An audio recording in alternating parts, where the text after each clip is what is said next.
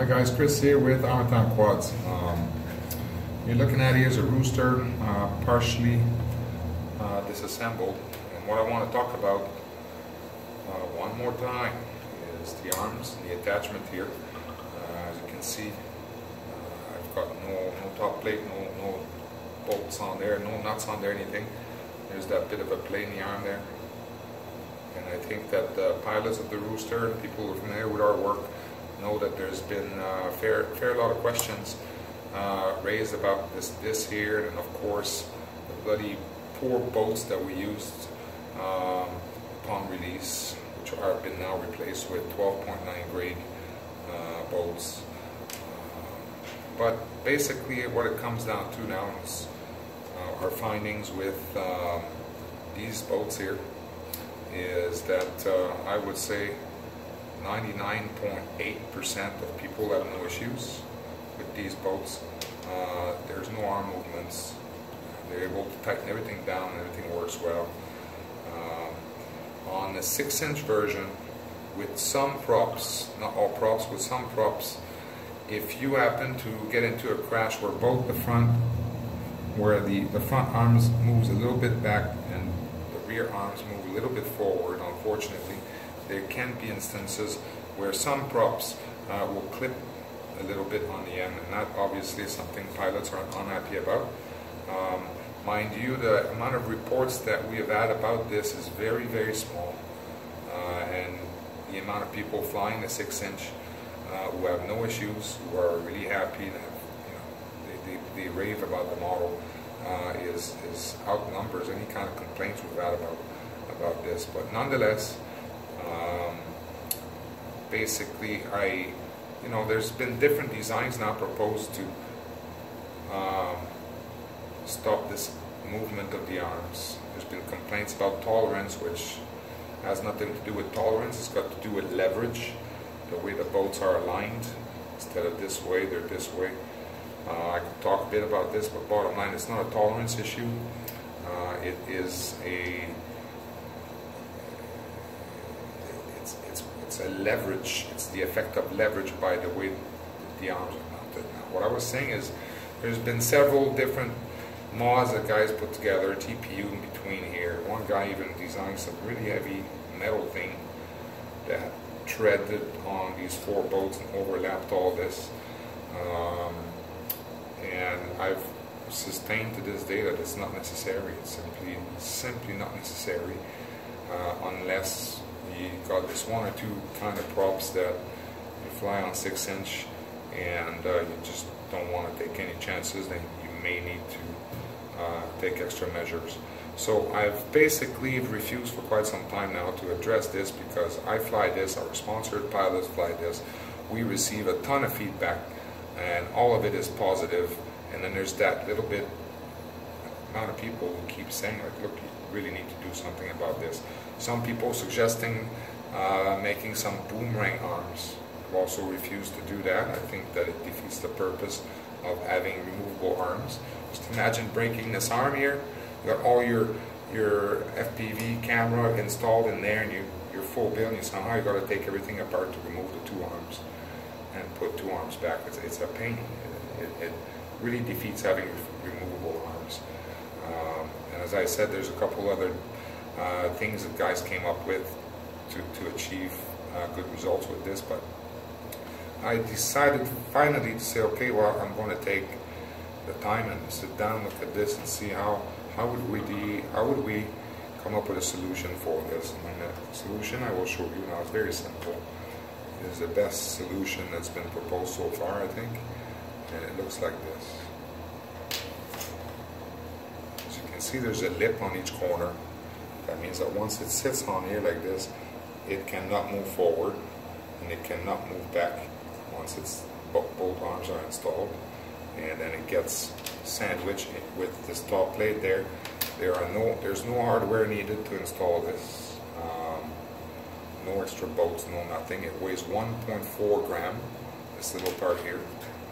And it's not actually square, it's rectangle. You see there's a long way, I guess a wide way and a more narrow way. You want to go the long way, the tight way, I should say. Tight, I mean it's really tight now. if you were to put your two arms there, put the bolts in, and try to slide this in there, it's going to be tough. You'll be able to do it, but we designed this to be extremely tight in there, accounting for hose tolerance and all this, so it's super tight in there. I'll show you the ideal way to install this. Just put that in there like so, and then you put the front bolt in first. Hold that there. You simply slip your arm on there, turn it, and there we go, we're in there. And I'm going to put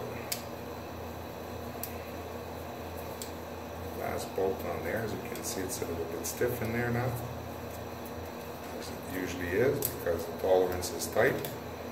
That's how it's designed to be.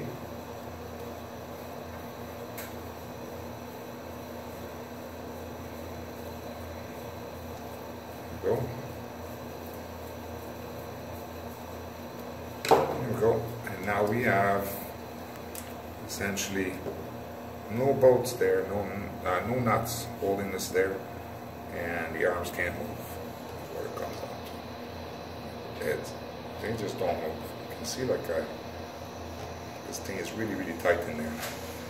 And then from there, the spark goes on top like so. Let me show you this. Grab a faster screwdriver if it'll I think it's got enough battery left. Looks like we're good to go.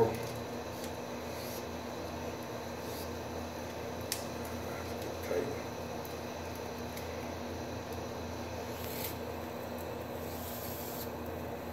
Okay. So now I haven't really tightened the bolts now. I just put the top plate on, and I mean, when I say no movement, now there's zero movement. It just can't move. It creates like a full arm with just a 1.4 gram carbon fiber part in the middle. Now let me show you this. I'll back these screws up quite a bit now.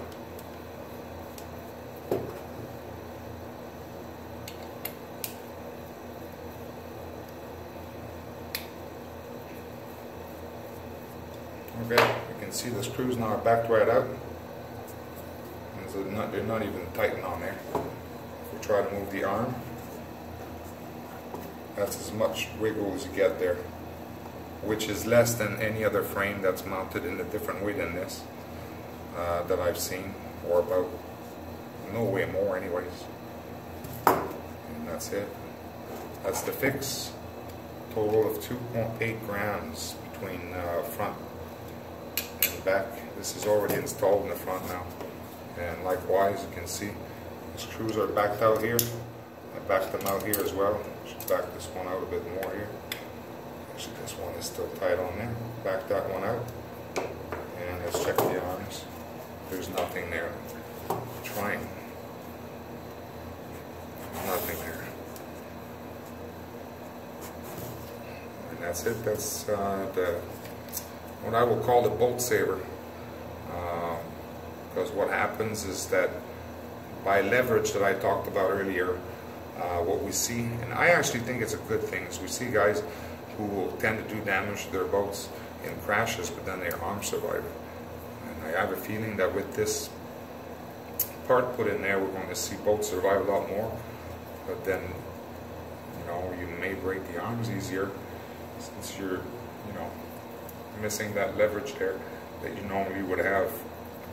But in any case, for guys who are concerned about arms moving, it's just not going to happen like this. This part, this little part here, will be listed soon on Armatan Quads, and what we'll do is we'll list it at $0. So it'll be free. Guys who will feel like they really want their arms not to move, which I will still tell you it's not a concern, won't affect your flight characteristic or anything. Guys who still really don't want this can always pick that up for free in our store when you do a warranty claim, for example, when you purchase something. And pick these up, and we'll charge you nothing for it. They'll be set as free as a courtesy for all you guys who purchased the Rooster. Alright guys, that's all for today. Thank you very much.